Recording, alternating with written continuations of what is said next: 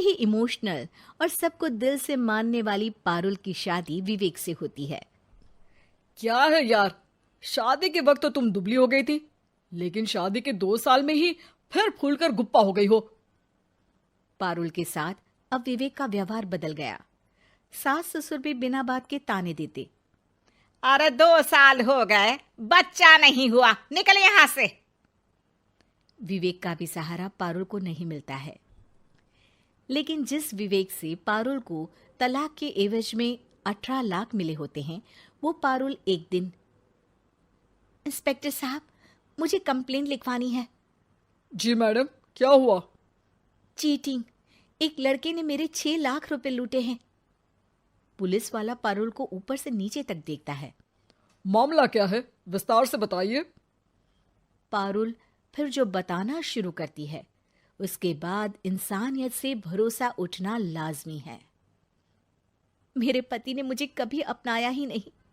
शादी के 3 साल में ही मेरा तलाक हो गया। मैं नहीं चाहती थी कि मैं उनसे एक भी पैसा लूं, लेकिन वकील और मेरे माता पिता ने उनसे 18 लाख की रकम ली। फिर क्या हुआ? क्या वो पैसे उसने वापस ले लिए? नहीं, उन्होंने तो उसके बाद मुझसे कभी कांटेक्ट भी नहीं किया। फिर? किसी डेटिंग साइट से मुझे आनंद नाम का एक लड़का मिला। उसके साथ मुझे लगा कि मैं दोबारा जिंदगी बना सकती हूँ। वो मेरी केयर करता, मेरी छोटी बड़ी चीजों का ख्याल रखता और मेरा साथ देता। अच्छा, क्या उसने तुम्हें शादी करने का झांसा दिया था? हाँ, वो भी तलाकशुदा था। पहले तो उसने मुझसे कहा कि उसकी एक बेटी है, लेकिन फिर पता चला कि उसकी एक नहीं 2 बेटियां हैं। इतना ही नहीं, दिल्ली के एक आम इलाके में वो बीवी और बच्चियों के साथ ही रहता है। तो आपसे इमोशनली फ्रॉड कर उसने पैसे ऐंठे? जी, अब मेरे पास कुछ नहीं है, ना पैसे ना वो। मैं बस किसी भी हालत में अपने पैसे वापस चाहती हूँ, जो मेरे बुरे वक्त में मेरे काम आ सकते हैं। ठीक है।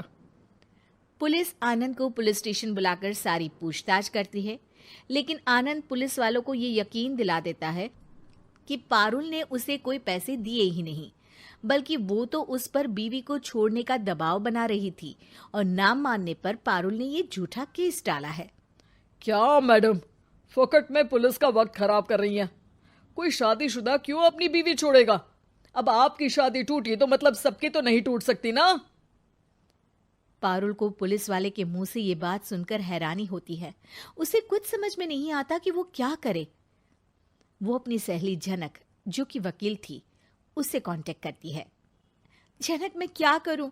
मैं कैसे पुलिस को यकीन दिलाऊं कि आनंद ने मेरे साथ ना सिर्फ शारीरिक और मानसिक चीट किया है, बल्कि आर्थिक तौर पर भी वो मुझे खाली कर गया है। अब वक्त झनक का था। देख पारुल, ऐसे तो किसी को भी बिना सोचे समझे पैसे नहीं देने चाहिए, लेकिन अब जब तूने ये कदम उठा ही लिया है, मुझे ये बता, तूने कब कब पैसे दिए और कितने? क्या कहीं कोई सबूत है? पारुल कुछ सोचती है। 3 बार तो बैंक में ट्रांसफर और 2 बार गूगल पे। क्या इन सब के रिकॉर्ड मिल जाएंगे? हाँ, क्यों नहीं, मैं बैंक से सब निकाल लाऊंगी। अगले दिन पारुल सारी स्टेटमेंट झनक के सामने रखती है और वो व्हाट्सएप की चैट भी दिखाती है, जिसमें कई बार आनंद ने ये बात कबूली थी कि वो उसके पूरे 6 लाख जल्द ही देगा। झनक अब पूरा केस लेकर पुलिस के पास जाती है और मामले को क्राइम एक्ट के तहत पूरे सबूत के साथ दर्ज करा आनंद की गिरफ्तारी की मांग करती है। पुलिस आनंद को लेने जैसे ही उसके घर जाता है, उसका सारा मामला बीवी और बच्चों के सामने खुल जाता है। पुलिस स्टेशन में पारुल को देखकर आनंद भड़क जाता है।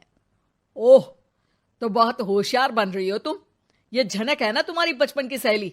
बताऊं सबको तुम्हारे बारे में? सब है मेरे पास, वो फोटो, वो वीडियो, तेरे भाई का नंबर भी है। 6 लाख क्या, अब 1 रुपया भी निकाल कर दिखा दे।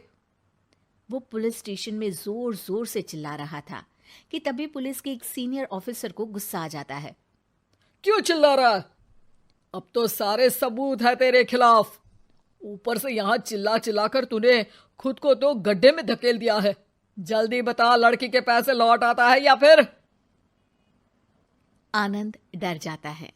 तभी उसकी बीवी और बच्चे पुलिस स्टेशन में आकर पारुल के पैसों का बैग देते हैं। मेरे पति को माफ कर दीजिए, प्लीज उन्हें पुलिस से बचा लीजिए। मेरे छोटे बच्चे हैं, ये कैसे रहेंगे? होता भी यही है।